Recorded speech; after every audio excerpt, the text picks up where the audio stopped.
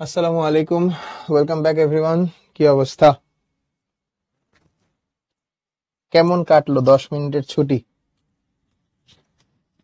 আমরা খুব সুন্দর একটা জিনিস শিখতে যাচ্ছি, সেটা হচ্ছে ফ্রেজ এবং ক্লজ, এই জিনিসটা। এবং তারপরে আমরা সামনে তো জানি যে আমাদের সিম্পল কমপ্লেক্স কম্পাউন্ডের ট্রান্সফরমেশন, চেঞ্জিং সেন্টেন্স পরীক্ষায় আসবে। তো সেটাতে যাওয়ার আগে আজকে আমরা সিম্পল কমপ্লেক্স এবং কম্পাউন্ড সেন্টেন্সটাকে চিনতে শিখবো। ঠিক আছে, কিভাবে আমরা চিনতে পারি সিম্পল কমপ্লেক্স এবং কম্পাউন্ড এই সেন্টেন্সটাকে। তাহলে সবার আগে আমরা যদি ফ্রেজ আর ক্লজ, ফ্রেজ ভার্সেস ক্লজ, একটা বাক্যের ভিতরে কোন অংশটুকুকে আমরা ফ্রেজ বলতে পারি, কোন অংশটুকুকে আমরা ক্লজ বলতে পারি, সেটাই আমরা এখন দেখব। তো দেখো, ফ্রেজ ভার্সেস ক্লজ এর মধ্যে সবার আগে আমরা এই পাশে আমরা রাখতেছি হচ্ছে ফ্রেজকে, আর এই পাশে রাখতেছি আমরা ক্লজকে।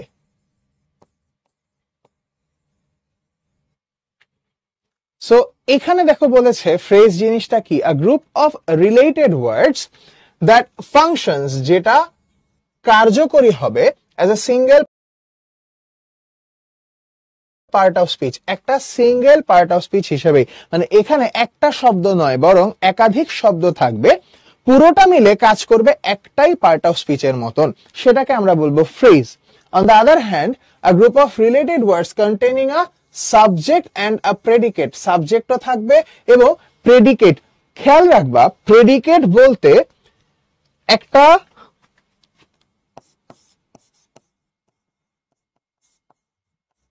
প্রেডিকেট অংশে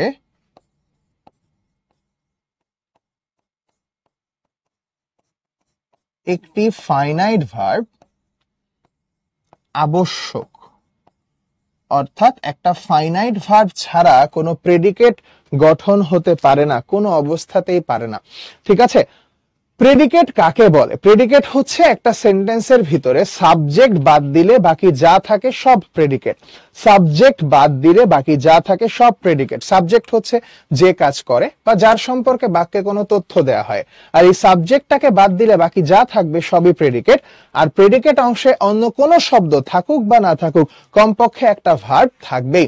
তাহলে এখানে যে কথাটা বলেছে যে একটা ফ্রেজের ভিতরে দেখো, haven't a subject or a verb, একটা সাবজেক্ট এবং একটা ভার্ব কখনোই একসাথে থাকবে না। তাহলে এখানে মূল যে বিষয়টা, ফ্রেজ বলতে আসলে আমরা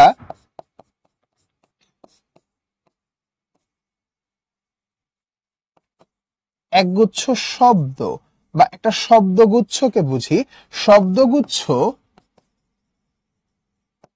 যেখানে সাবজেক্ট ও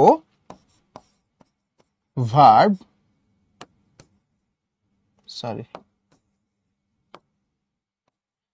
সাবজেক্ট ও ভার্ব একসাথে থাকে না।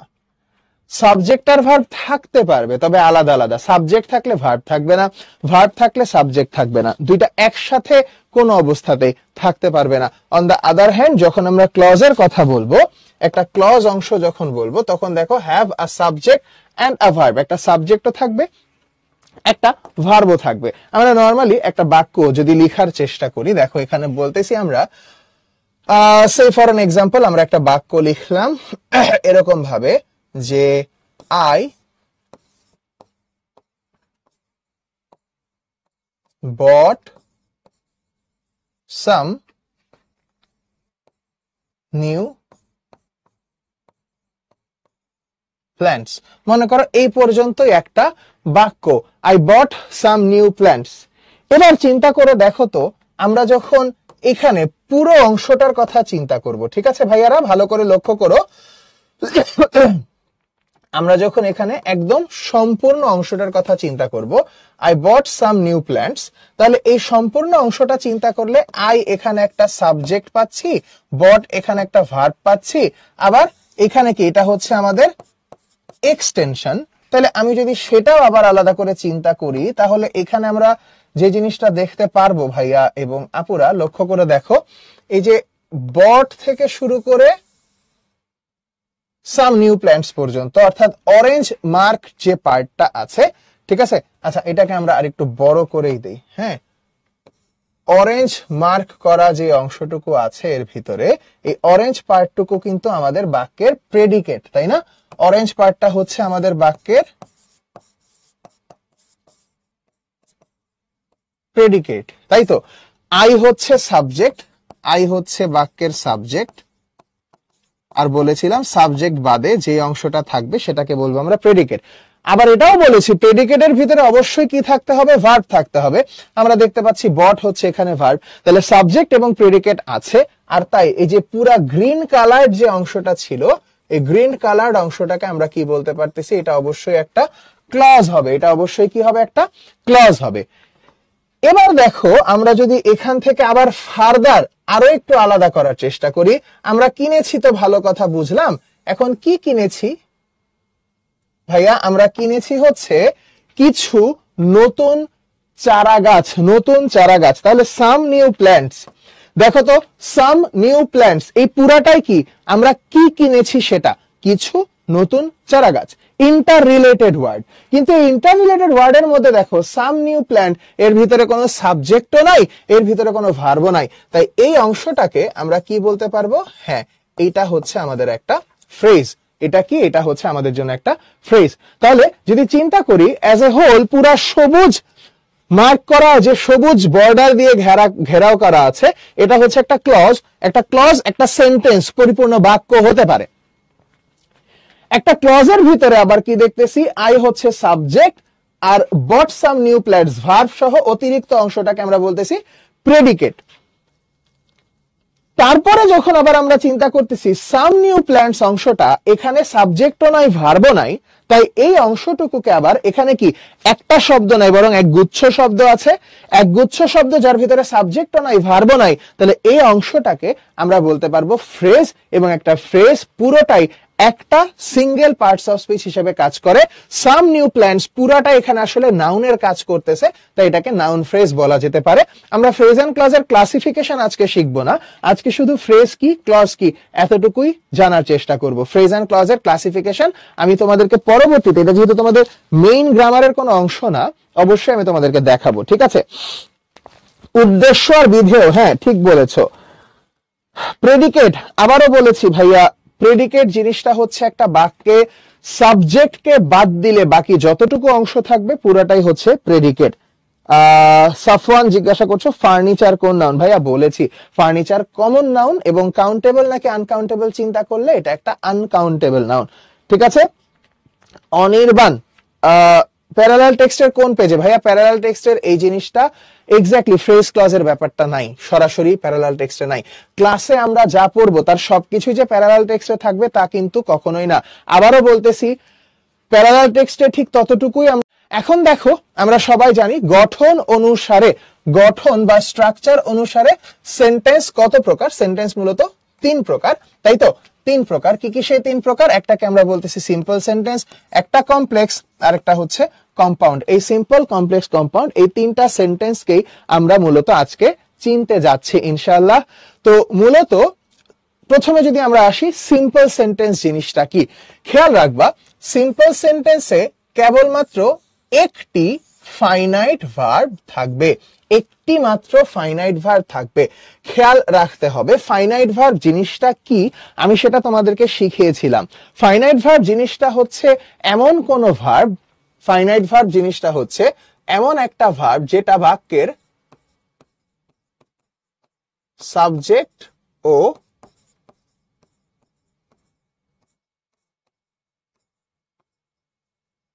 টেন্স অনুসারে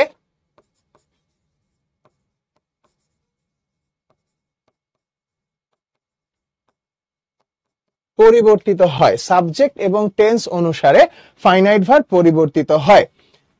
তাহলে পরিবর্তনশীল ভার্ব বাক্যে যদি কেবলমাত্র একটাই থাকে, সেটাকে আমরা বলবো সিম্পল সেন্টেন্স। লক্ষ্য করে দেখো, আই স হিম কামিং, এই যে বাক্যটা লেখা আছে, এটাকে আমরা আমাদের মতন করে বিশ্লেষণ করার চেষ্টা করি। ধরো বলা হলো এখানে এরকম ভাবে যে I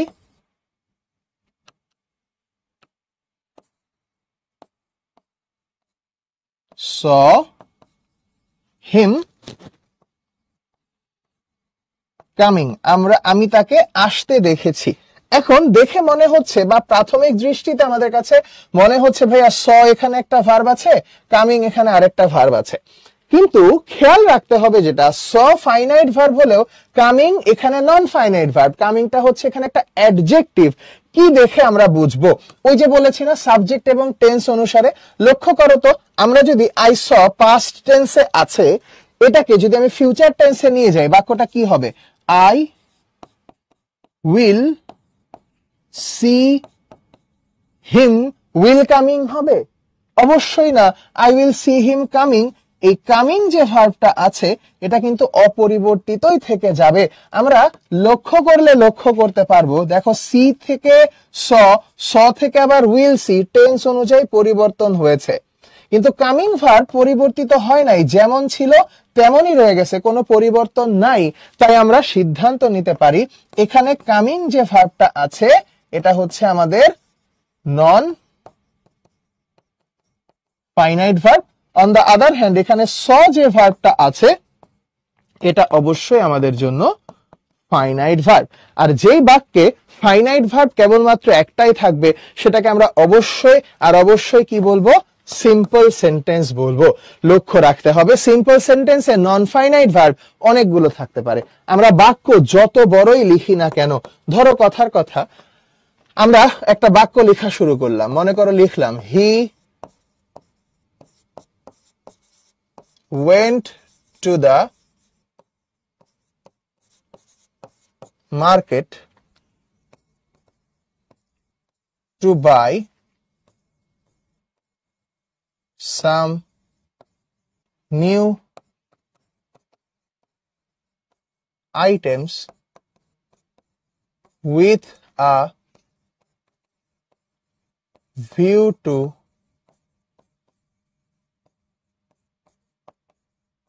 decorating his new office on the occasion of the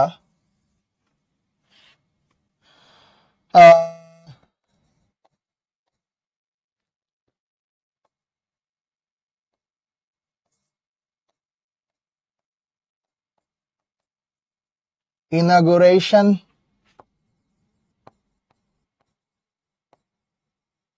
ceremony of the office on the upcoming Sunday। বিশাল বড় বাক্য, মোটামুটি এটা সেন্টেন্স হয় নাই, মনে হয় এটা প্যারাগ্রাফ হয়ে গেছে, তাই তো? এখন তোমাদের কাছে আমার যদি প্রশ্ন আমি করি যে এইখানে মূলত কোনোভাবে এটাকে কোন সেন্টেন্স বলা যাবে, যদি আমি তোমাদের কাছে জিজ্ঞাসা করি, তোমরা আমাকে একটু বলো তো এটাকে কি সিম্পল সেন্টেন্স বলা যাবে নাকি যাবে না?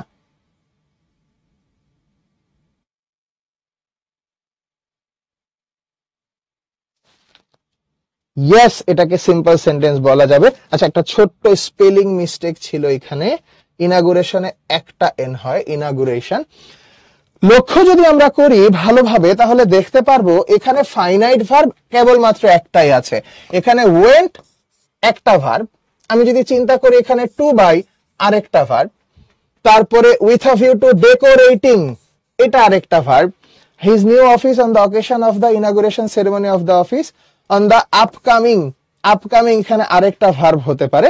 কিন্তু আমরা যদি এগুলাকে মার্ক করি তাহলে দেখো ভাইয়া ওয়েন্ট ভার্বটাই একমাত্র ফাইনাইট ভার্ব, বাকি যত ভার্ব আছে টু বাই এটা একটা infinitive, so non finite verb. With a view to decorating এটা একটা জিরান্ড, সো এটাও কি একটা নন ফাইনাইট ভার্ব। তারপরে এখানে আপকামিং এটা অ্যাডজেক্টিভ, সো এটাও একটা non finite verb. So non finite verb আমার 100টা থাকুক আর বাক্য আমার যত বড়ই হোক না কেন, আমার বাক্যে ফাইনাইট ভার্ব যদি কেবলমাত্র একটাই থাকে তাহলে সেই বাক্যটাকে আমরা বলতে পারবো হচ্ছে সিম্পল সেন্টেন্স। সেই বাক্যটাকে আমরা কি বলবো? Simple sentence. As simple as it is. বাক্যে ফাইনাইট ভার্ব একটাই আছে, তার মানে বাক্যটা অবশ্যই সিম্পল সেন্টেন্স হবে, কোনো সন্দেহ নাই। এরপরে সিম্পল সেন্টেন্সের বৈশিষ্ট্য, এই যে দেখো সিম্পল সেন্টেন্সে বেশ কিছু চিহ্ন থাকে। টু ডট ডট টু থাকতে পারে, পার্টিসিপল অর্থাৎ ভার্ব প্লাস আইএনজি হতে পারে, by plus verb plus I N G হতে পারে, উইদাউট এর সাথে ভার্ব প্লাস আইএনজি থাকতে পারে, টু প্লাস ভার্ব থাকতে পারে অর্থাৎ ইনফিনিটিভ থাকতে পারে। এরকম বিভিন্ন গঠন দিয়ে কিন্তু আমরা আসলে সিম্পল সেন্টেন্স গঠন করতে পারি। আবার আরো একটা জিনিস খেয়াল রেখো, সিম্পল সেন্টেন্সে ইন স্পাইট অফ, ডেসপাইট, আচ্ছা এখানে ডেসপাইট এর পরে অফ কেন আসছে? এটা অফটা হবে না, ডেসপাইট, ডেসপাইট এর পরে অফ হয় না, এটা কোনো কারণে ভুলে এটা লেখাটা উঠে গেছে। সো যেটা বলতেছিলাম, in spite of, despite, because of, due to, owing to, at the age of, at অথবা ইন, এই ধরনের কথা বলে বা এট দ্য টাইম অফ, এই ধরনের জিনিসগুলো আমরা সাধারণত সিম্পল সেন্টেন্সেই দেখতে পাই। এগুলোকে আমরা কমপ্লেক্স বা কম্পাউন্ডে দেখতে পাই না। তবে আবারও ঘুরে ফিরে যে একটাই কথা মাথায় রাখবো, যেখানে ফাইনাইট ভার্ব কেবলমাত্র একটাই, সেই একটা মাত্র ফাইনাইট ভার্ব যখনই আমি কোনো বাক্যে পাবো সেটাকে আমরা সিম্পল সেন্টেন্স বলতে পারবো, কোনো অসুবিধা নাই। Okay fine. ভাইয়া তানহা, FINIT যদি হতো তাহলে অবশ্যই ফিনিট হতো, কিন্তু শব্দটা কিন্তু FINITE, সো এই জন্য ফাইনাইট, আইট এভাবে করে উচ্চারণ হবে। ঠিক আছে। কামিং কি প্রেজেন্ট পার্টিসিপল নাকি জিরান্ড? এখানে প্রেজেন্ট পার্টিসিপল ভাইয়া। সানডে আসছে, সানডে আসতে পারবে, সমস্যা নাই। as easy as that, as simple as it is, দুইটা একই ধরনের কথা। আপকামিং তো ভার্ব না ভাইয়া, আপকামিং ভার্ব হিসেবে ব্যবহার হতে পারে, কেন হতে পারবে না? চিন্তা করো তো ভাইয়া, আমরা যদি এরকম বলি নিউ ইভেন্ট ইজ আপকামিং, একটা নতুন ইভেন্ট আসতে যাচ্ছে, ঠিক আছে, তখন আপকামিং অবশ্যই ভার্ব হতে পারে, কোনো সমস্যা নাই, কন্টিনিউয়াস টেন্সের ভার্ব হিসেবে। যাই হোক, এখন আমরা কমপ্লেক্স সেন্টেন্সের কথা চিন্তা করব। কমপ্লেক্স সেন্টেন্সে একটা মাত্র প্রিন্সিপাল ক্লজ থাকবে, প্রিন্সিপাল ক্লজেরই আরেকটা নাম হচ্ছে মেইন ক্লজ, আরেকটাকে আমরা বলতেছি সাবঅর্ডিনেট ক্লজ থাকবে, এক বা একাধিক সাবঅর্ডিনেট ক্লজ থাকতে পারে। তোমরা এত প্যাচ, প্রিন্সিপাল ক্লজ, সাবঅর্ডিনেট ক্লজ এত কিছু চিন্তা করবা না। যখনই আমার কমপ্লেক্স সেন্টেন্স থাকবে তখন দুইটা ক্লজকে যুক্ত করতে গেলে আমাদের কিছু কনজাংশনের ব্যবহার দরকার পড়ে যাবে। এখন কমপ্লেক্স সেন্টেন্সে কিছু নির্দিষ্ট কনজাংশনই বসে, সেই নির্দিষ্ট কনজাংশন গুলা একটু আগে আমি তোমাদেরকে দেখাইছিলাম, কোঅর্ডিনেটিং কনজাংশন, যেটার আমরা সংক্ষিপ্ত রূপ পড়তে পারি এ হোয়াইট বাস। তাহলে আমি ভেঙে ভেঙে তোমাদের এ হোয়াইট বাসের সবগুলা লিখে দিচ্ছি, তোমরা প্লিজ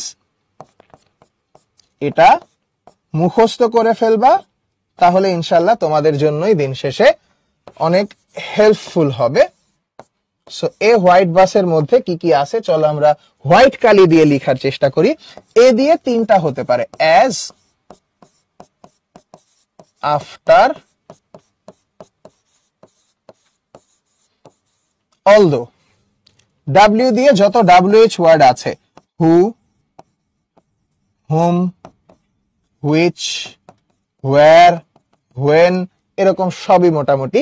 এইচ দিয়ে আমরা বলতে পারি হাউ, আই দিয়ে আমরা বলতে পারি ইফ, টি দিয়ে তিনটা, আবার টি দিয়ে হচ্ছে দ্যাট, টিল, দো। ই দিয়ে দুইটা হয়, ইভেন ইফ,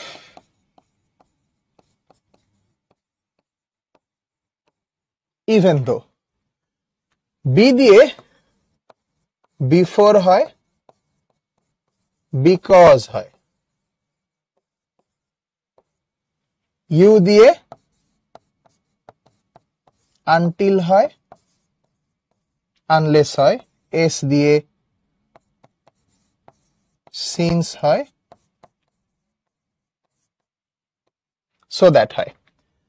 তাহলে এই যে কনজাংশন গুলো আছে, এই কনজাংশনের যে কোনো একটা যদি আমরা কোনো বাক্যে দেখি, এবং বাক্যের দুই পাশে অবশ্যই দুইটা আলাদা ফাইনাইট ভার্ব থাকতে হবে। একটা ফাইনাইট ভার্ব থাকলে তো কখনোই হবে না, দুই পাশে দুইটা ফাইনাইট ভার্ব এবং এই দুইটা ক্লজকে যুক্ত করার জন্য মাঝখানে এই কনজাংশন গুলোর মধ্যে যে কোনো একটা কনজাংশন যদি আমরা পেয়ে যাই, তখনই আমরা তাদেরকে বলতে পারবো হ্যাঁ এই বাক্যটা হচ্ছে অবশ্যই আর অবশ্যই কমপ্লেক্স সেন্টেন্স। ঠিক আছে, বুঝতে পারতেছো না? এখন আমরা যদি একটুখানি চিন্তা করি যে এই যে প্রিন্সিপাল ক্লজ আর সাবঅর্ডিনেট ক্লজ জিনিসটা আসলে কি, আমাদেরকে স্কুলে নরমালি আমরাও যখন পড়েছি তখন বোঝানো হতো এভাবে করে, যেই ক্লজ পরিপূর্ণ অর্থ প্রকাশ করতে পারে সেটা প্রিন্সিপাল ক্লজ, যেই ক্লজ পরিপূর্ণ অর্থ প্রকাশ করতে পারে না সেটা সাবঅর্ডিনেট ক্লজ। কিন্তু সব সময় আসলে আমরা এভাবে করে অর্থটা পুরোপুরি বুঝতে পারি না। হ্যাঁ, ধরো আমরা একটা বাক্য লিখলাম, ধরো এরকম ভাবে বাক্যটা হলো যে she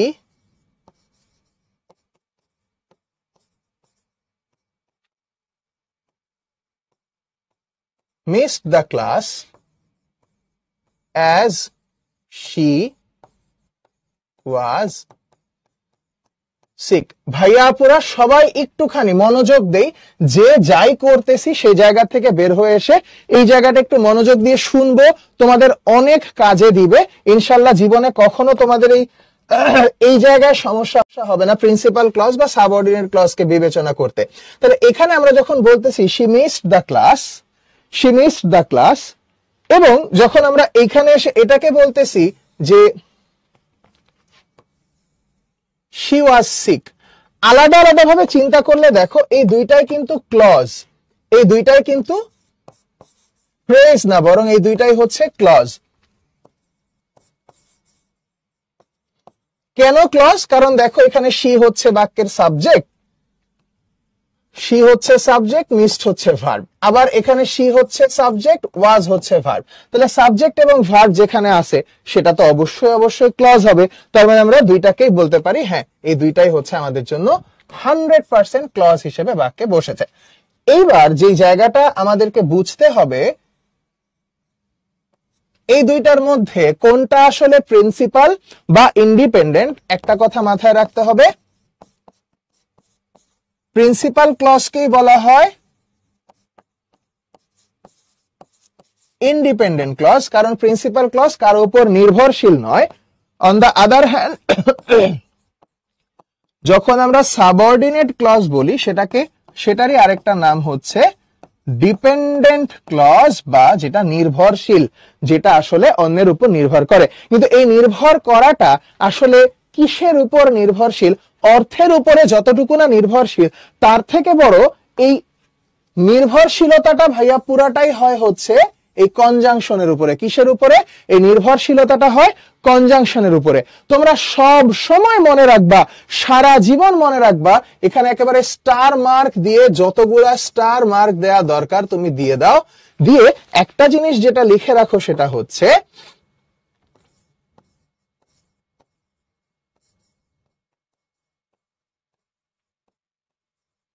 সাবঅর্ডিনেট ক্লজ সর্বদা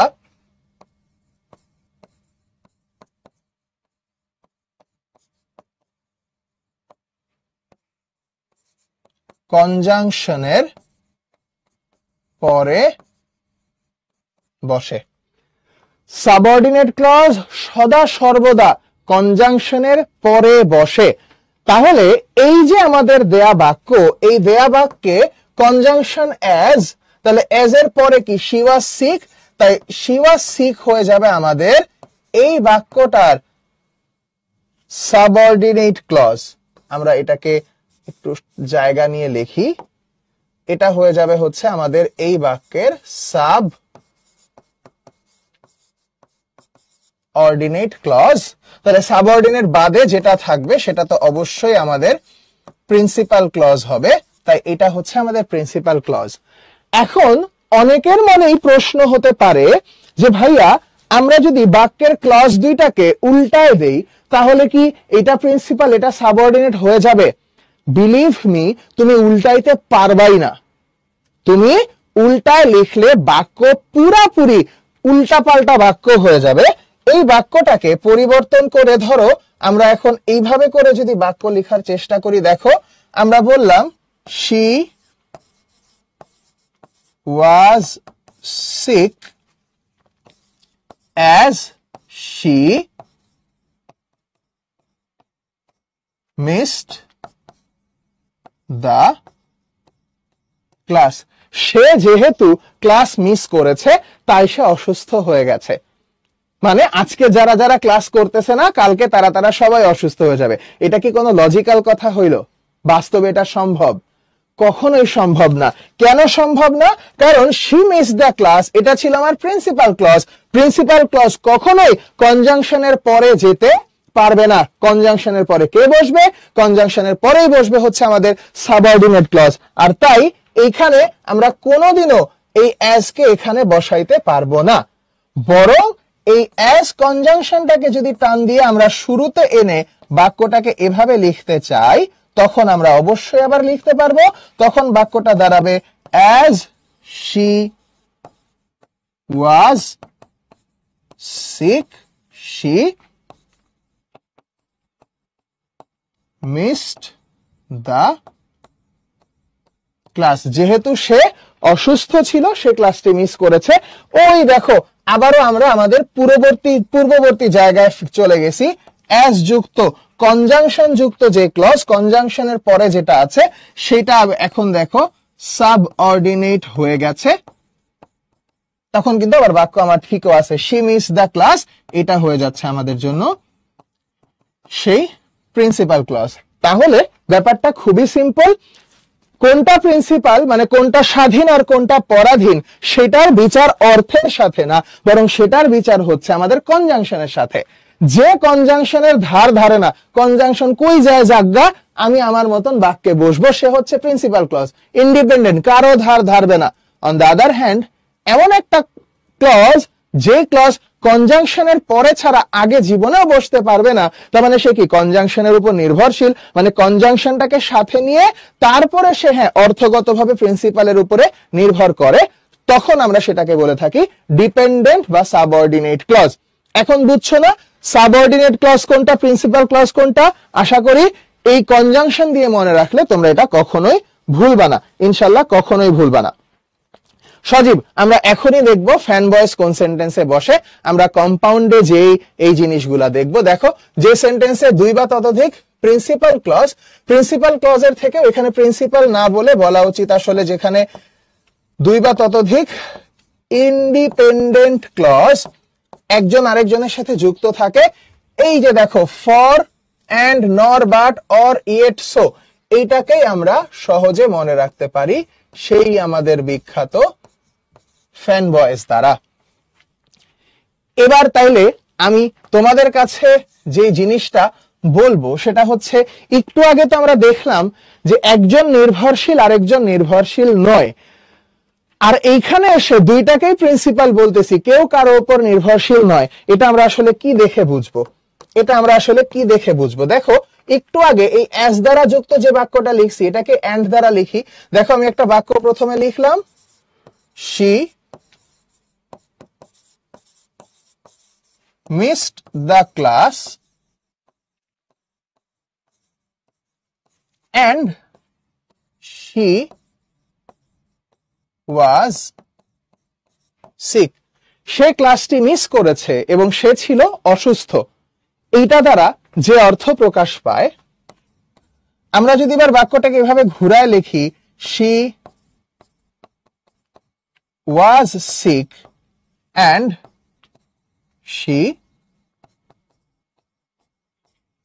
missed the class. দেখো ভাইয়া আপুরা লক্ষ্য করে, এই যে এন্ড, এই এন্ড হচ্ছে আমাদের কম্পাউন্ড সেন্টেন্সে বসে। সো আমরা এখানে দুইটা বাক্যের ক্ষেত্রেই দেখতে পারতেছি, হ্যাঁ দুই জায়গাতেই কি এন্ড এবং এন্ড আছে। তুমি খেয়াল করে দেখো তো, আমরা যখন বলতেছি she missed the class, সে ক্লাসটি মিস করেছে এবং সে ছিল অসুস্থ, এতে যা অর্থ প্রকাশ পায় আবার আমরা যদি নিচেরটায় যে বলার চেষ্টা করি, সে ছিল অসুস্থ এবং সে ক্লাসটি মিস করেছে, দুইটার একটাতেও অর্থগত কোনো অসঙ্গতি হয় না। তার মানে এন্ড কে মাঝখানে রেখেও আমরা যে কোনো ক্লজকে আগে যে কোনো ক্লজকে পরে লিখতে পারতেছি। তার মানে এখানে কেউই কারো উপর নির্ভর করতেছে না কনজাংশন কোথায় থাকে, থাকুক মাঝখানে থাকুক আর শুরুতে থাকুক শেষে থাকুক। নরমালি কম্পাউন্ডে শুরুতে কখনোই বসে না, বাট মাঝখানে রেখে আমরা কনজাংশনকে মাঝখানে রেখে ক্লজ দুইটাকে যেখানে খুশি সেখানে ব্যবহার করতে পারতেছি। তার মানে যার যেখানে ইচ্ছা সে সেখানেই বসতে পারে।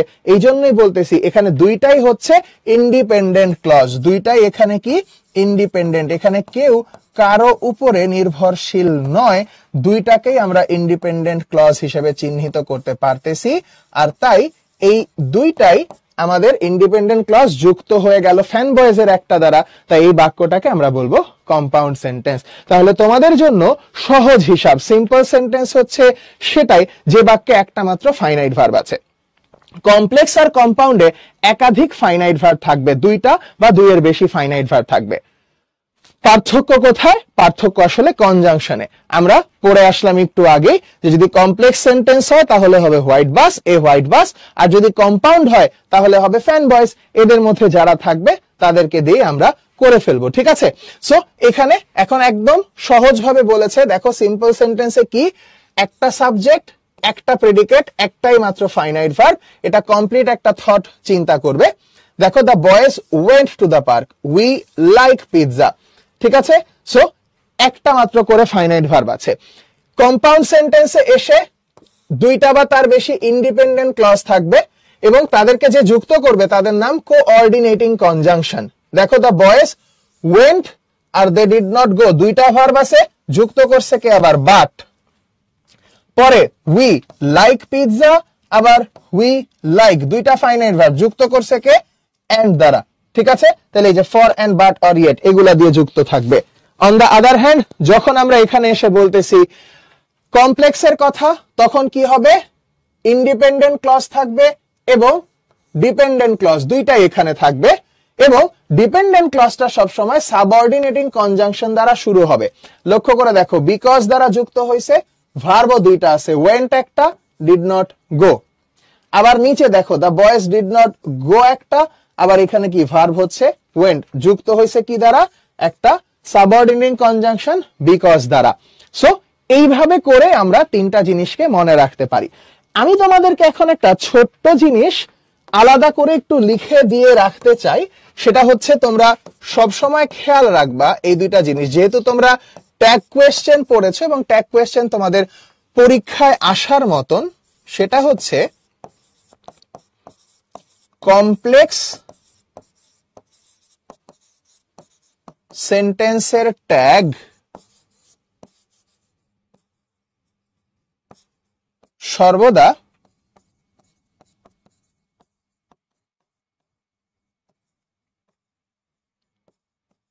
Principal clause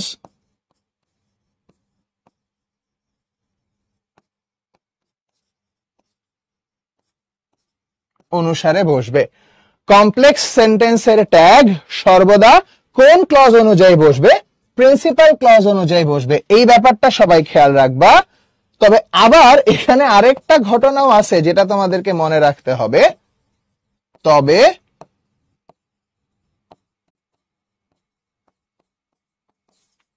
conjunction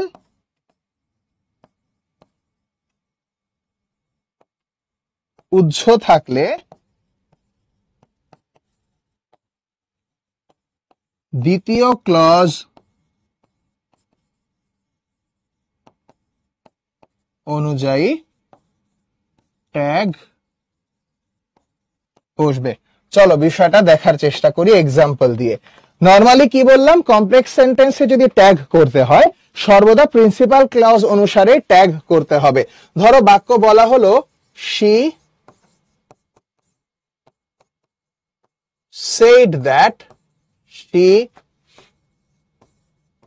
was sick, সে বলেছিল যে সে অসুস্থ ছিল। লক্ষ্য করে দেখো তো ভাইয়ারা, সবার আগে যে জিনিসটা এখানে দ্যাট হচ্ছে কনজাংশন, তাই তো?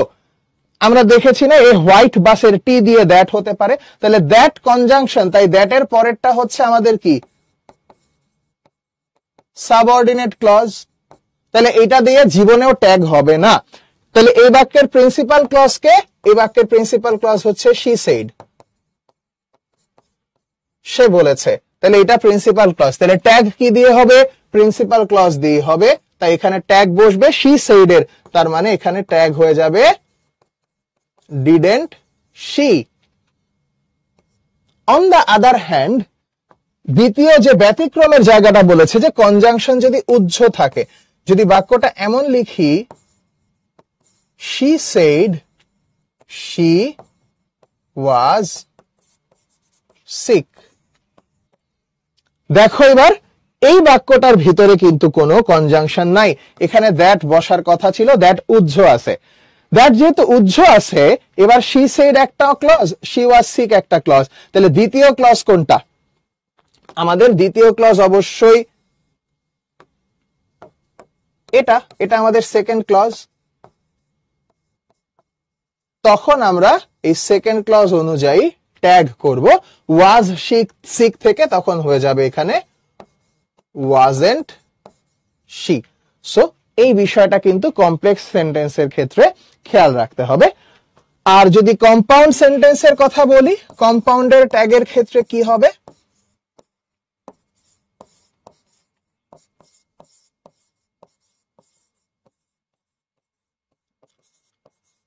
কম্পাউন্ড সেন্টেন্সে সর্বদা দ্বিতীয় ক্লজ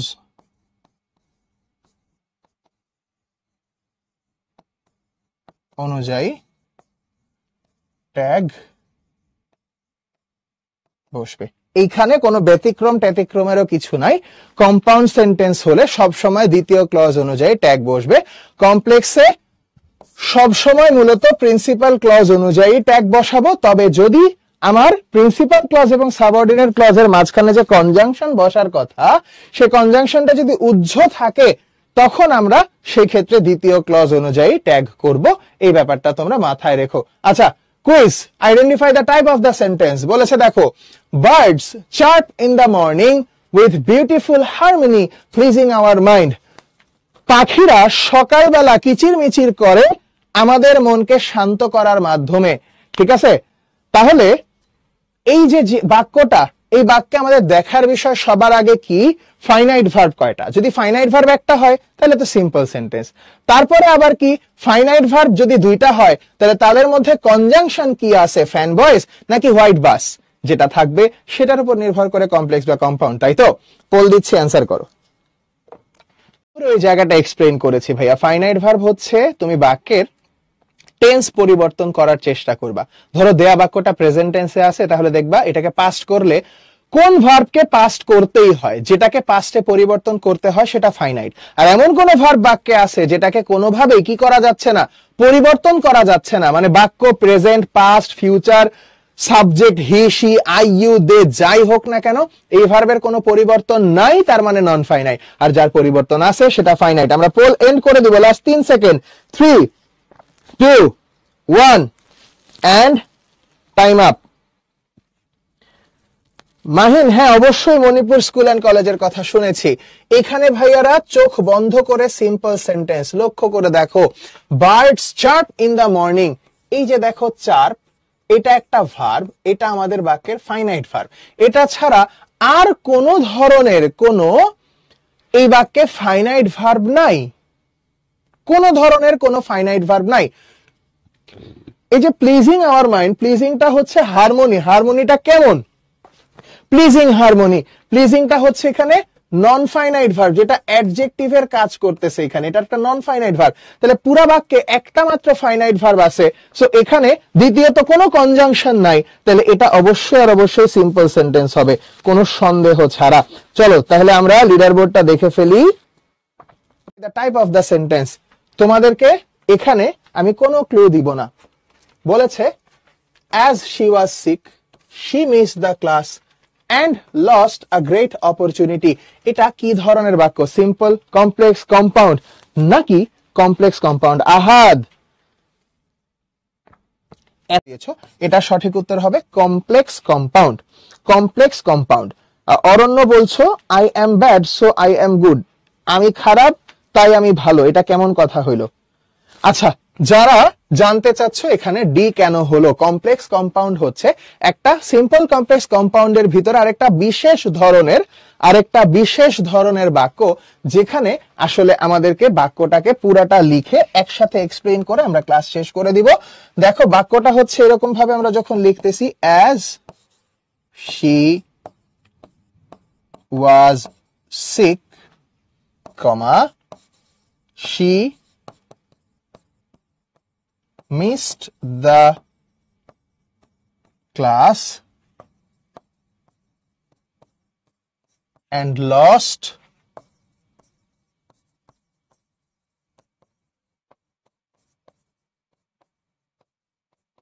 a great opportunity, তাই তো?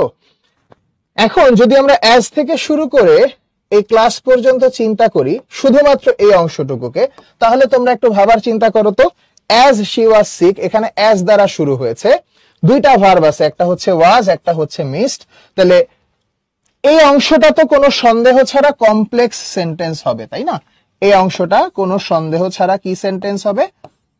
কমপ্লেক্স সেন্টেন্স হবে। কারণ এখানে কি আছে? একটা সাবঅর্ডিনেটিং কনজাংশন এবং কি আছে সাথে? দুইটা ফাইনাইট ভার্ব। তার মানে অবশ্যই এই দুইটাই হচ্ছে মিলে একটা কমপ্লেক্স সেন্টেন্স। এটা সাবঅর্ডিনেট ক্লজ, এটা প্রিন্সিপাল ক্লজ। এবার দেখো আমরা যদি ওই পাশের অংশটাকে চিন্তা করি, এবার আমি শি মিসড দ্য ক্লাস থেকে চিন্তা করব এবং she missed the class and lost a great opportunity, এই অংশটুকুকে আমি চিন্তা করতে চাই। এবার তাহলে এই অংশটার ভিতরে কি কি আছে আবার দেখো। এখানে মিসড, এটা একটা ফাইনাইট ভার্ব। আবার এখানে লস্ট আ গ্রেট অপরচুনিটিতে লস্ট হচ্ছে আরেকটা আমাদের হচ্ছে ফাইনাইট ভার্ব। আবার এই দুইটা ভার্ব কোন কনজাংশন দ্বারা যুক্ত হয়েছে? এন্ড কনজাংশন দ্বারা যুক্ত হয়েছে। এন্ড আবার কোন বাক্যে বসে? কম্পাউন্ড বাক্যে। তাই এই যে আমরা হালকা লাইট গ্রিন কালারের যে অংশটুকু, এইটাকে কি আমরা একটা কম্পাউন্ড সেন্টেন্স বলতে পারি? তাহলে এমন কোন বাক্য যদি পাই যেখানে দুইটা ক্লজ মিলে কমপ্লেক্স হয় আর অন্য দুইটা মিলে কম্পাউন্ড হয়, সেই ধরনের বাক্যের একটা বিশেষ নাম হয়ে যায়, সেটাকে আমরা বলে থাকি কমপ্লেক্স কম্পাউন্ড সেন্টেন্স, যেখানে কমপ্লেক্স অংশও আছে, কম্পাউন্ড অংশও আছে। তাহলে আমরা যদি একটু ওকে, সো তোমাদের হোমওয়ার্ক থাকবে, এখানে আমি 10টা বাক্য তুলে দিয়েছি। 10টা বাক্য থেকে আইডেন্টিফাই করবা শুধু কোনটা সিম্পল, কোনটা কমপ্লেক্স আর কোনটা কম্পাউন্ড। এই তিনটার মধ্যে যে কোনো একটা ছোট্ট একটা হোমওয়ার্ক আমি চাইবো সবাই করে জমা দিয়ে দিবা। ইনশাআল্লাহ আমি তোমাদেরকে ফিডব্যাক দিয়ে দিব। ততদিন পর্যন্ত সবাই ভালো থেকো, সুস্থ থেকো। আগামী সপ্তাহে আবারও তোমাদের সাথে দেখা হবে। তোমাদের সবার জন্য অসংখ্য শুভকামনা। সিজন একেবারেই চেঞ্জ হওয়ার যে পারফেক্ট একটা সময়, শীত চলে গেলেও পুরোপুরি চলে যায় নাই, হালকা হালকা শীত, বিশেষ করে মফস্বলের দিকে যারা থাকো অর্থাৎ ঢাকার বাহিরে যারা থাকো তাদের ক্ষেত্রে কিন্তু এখনো অনেক বেশ ভালোই শীত শীত ভাব এখনো রয়ে গেছে।